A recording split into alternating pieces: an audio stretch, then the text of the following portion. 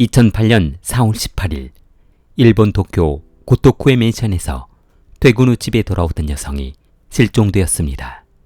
엄밀히 말하면 퇴근하고 돌아오던 여성이 아니라 집에 돌아온 여성이라고 표현해야 맞을 것 같습니다. 왜냐하면 18일 오후 해가 지고 조금 어두워질 무렵 7시 30분경 그녀가 퇴근 후 아파트 입구를 지나 집으로 돌아가는 영상이 방범 카메라에 남아 있었기 때문이었습니다. 실종된 그녀는 광고회사에 다니고 있었는데 매일 과도한 업무에 일찍 퇴근한 날이 없었습니다. 그러다 보니 퇴근 후 전에 살던 아파트로 돌아가려면 한참 동안 지하철을 타고 가야 했기 때문에 시간도 절약하고 스트레스도 덜 받을 만한 곳으로 이사하게 되었습니다. 2008년 3월 1일에 이곳 고토맨션으로 이사를 오게 되었는데 고토맨션은 가격이 저렴하고 시내에 접근하기 용이해 젊은 직장인들이 선호하는 아파트였습니다.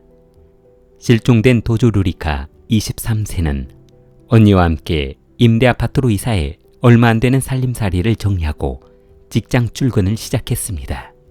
그녀들은 워낙 바쁜 직장 생활로 이웃들과 소통하거나 어울릴 시간이 없어 옆집에 누가 살고 건너편에 누가 살고 있는지 전혀 모르고 지냈습니다. 그녀들이 사람을 마주치는 경우라고는 출근 시간과 퇴근 시간이 전부였습니다. 2008년 3월 중순 회사 일을 마치고 귀가하던 루리카는 누군가 뒤따라오는 이상한 느낌을 받았습니다. 그러나 주민들로 북적이는 아파트는 서로를 의식하지 않으며 걸어다니고 있어 그녀는 혹시 본인의 착각일 수도 있다는 생각을 했습니다. 뒤돌아보았지만 사람들은 아무렇지 않다는 듯 걸어다녔습니다. 얼마 후 귀가하던 그녀는 9층으로 올라가 집 방향으로 걸어가고 있었습니다. 이번에도 이상한 인기척이 느껴지자 다음부터는 귀가할 때 언니에게 먼저 문자를 보내 귀가하고 있다는 사실을 알리기로 했습니다.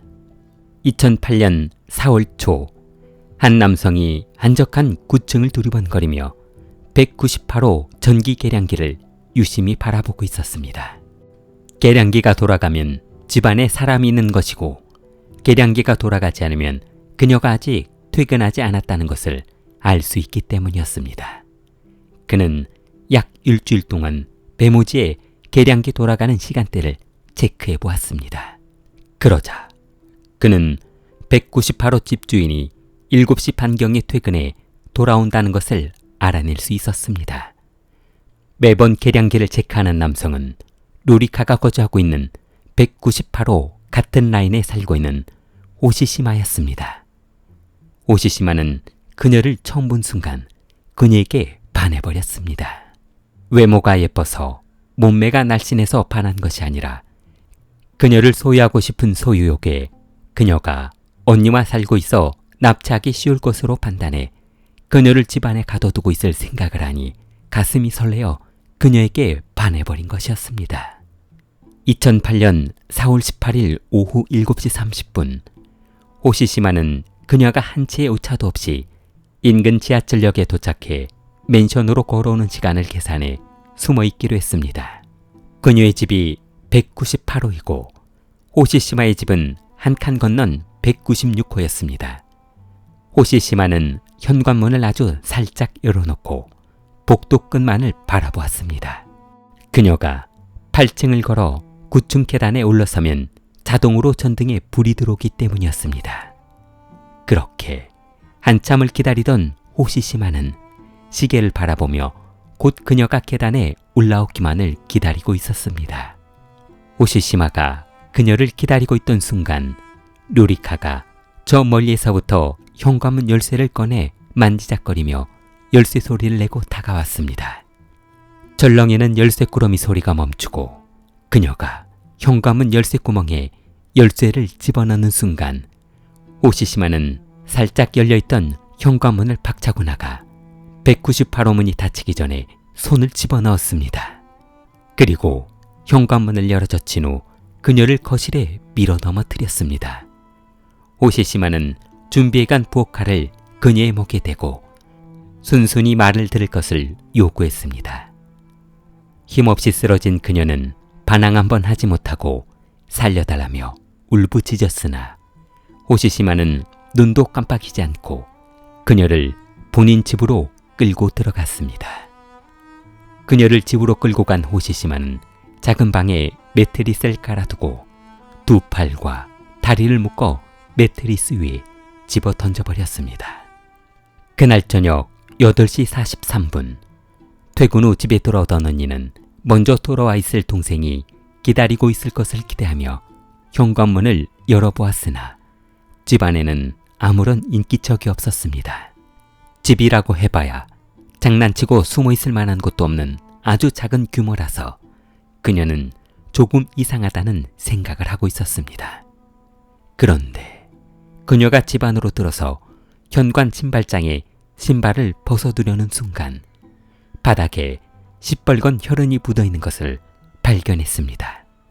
분명 누군가 집 안에 들어왔다는 생각을 하니 온몸에 소름이 돋았습니다.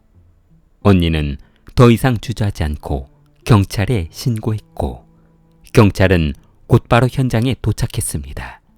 언니는 경찰에 분명 동생이 집에 도착했다는 문자를 보냈다는 말을 해주자 경찰은 아파트 입구에 있는 CCTV를 확인해 보기로 했습니다. 방범 카메라를 확인한 경찰은 분명 아파트 입구를 지나 집 방향으로 걸어가는 그녀의 모습이 확인이 되었는데 그 이후에 아파트를 나선 흔적이 남아있지 않았습니다. 그리고 그 시간대에 누군가 커다란 가방이나 물건을 나른 모습도 보이지 않았습니다. 경찰을 긴장하게 만든 것은 실종도 문제였지만 집안에 있는 혈흔이었습니다. 분명 누군가 집안에 들어가 그녀를 납치했다는 사실이 강력 사건일 가능성이 높았기 때문이었습니다. 경찰은 혹시 그녀가 살고 있는 9층에 목격자가 있을지 모른다는 생각을 하고 인근 주민들을 상대로 조사해 보기로 했습니다. 경찰은 197호 현관문을 두드려 보았지만 아무런 인기척이 없었습니다. 경비실에 197호의 거주지를 물어보았으나 그 호수는 처음부터 빈집이었고 이전부터 현재까지 아무도 거주하고 있지 않은 것으로 밝혀졌습니다. 아파트에 울려 퍼지는 경찰차 사이렌과 번쩍이는 경광등에 포맹이 발칵 들 것이 두려웠던 호시시마는 숨죽은 듯 집안에 웅크리고 앉아 있었습니다. 그러자 누군가 주먹으로 옆집 현관문을 힘껏 내려치는 소리에 놀랐고 197호가 아무 문제가 없는 것을 확인한 경찰은 그 옆방인 198호 현관문을 두드렸습니다. 그러자 두려움에 떨고 있던 호시시마는 잠시 머뭇거리며 현관문 외시경 쪽으로 조심스럽게 걸어가 경찰을 확인한 후 현관문을 열어주었습니다. 경찰은 문을 열고 나온 호시시마에게 혹시 옆방에서 비명소리나 싸우는 소리를 듣지 못했냐며 물었는데 그는 집안에서 텔레비전을 보고 있어 아무런 소리를 듣지 못했다며 시치미를 뗐습니다. 경찰이 호시시마의 집에는 별일이 없다는 듯 집안을 기웃거리며 간단한 상담을 하고 돌아가기는 했지만 이대로 있다가는 작은 방에 숨겨놓은 루리카가 발칵될 것이 두려웠습니다. 노예도 좋고 장난감도 좋았지만 본인이 검거된다면 이 모든 것이 끝이라는 생각에 참을 수 없었습니다. 경찰이 돌아간 후 11시 15분 호시시마는 부엌칼을 들고 에어매트에 누워있는 그녀에게 다가갔습니다. 그리고 그녀의 목 부위를 찔러 출혈시켰습니다. 한참을 지켜보던 그는 로리카를 화장실로 옮겨 샤워기 아래 눕혔습니다. 그는 베란다 공구함에 가서 톱과 망치를 가지고 들어갔습니다. 잠시 후 모든 피를 빼낸 호시시마는 잘게 썰어둔 뼈를 냉장고와 냉동실에 집어넣었습니다. 그날 이후 호시시마는 만약 이대로 본인 집에 그녀의 시신을 놔두게 된다면 언젠가 검거될 것이 뻔하다는 것을 알게 되었습니다. 그래서 경찰이 눈치챌 수 없도록 시간이 되는 대로 아주 조금씩 쓰레기 봉투에 담아 버리기로 했습니다. 실종 신고가 접수된 지 하루가 지난 4월 19일, 경찰은 아파트 전체를 수색해 보았으나 아무런 증거도 발견하지 못하자 거주자 가택 수색을 진행하기로 했습니다. 그녀를 숨겨놓았을 만한 곳을 집중적으로 다시 조사하기로 했습니다. 19일 저녁, 경찰은 또다시 호시시마의 집을 방문했습니다. 그리고 집안에 들어가 내부를 조사해 보았습니다.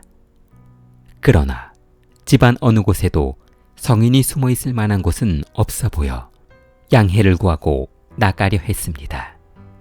경찰은 집을 나서는 길이기도 했지만 이미 한번 방문했던 집이라서 별 의미 없이 한쪽 구석에 있는 골판지 박스를 가리키며 저 안에는 무엇이 담겨 있냐고 물었습니다.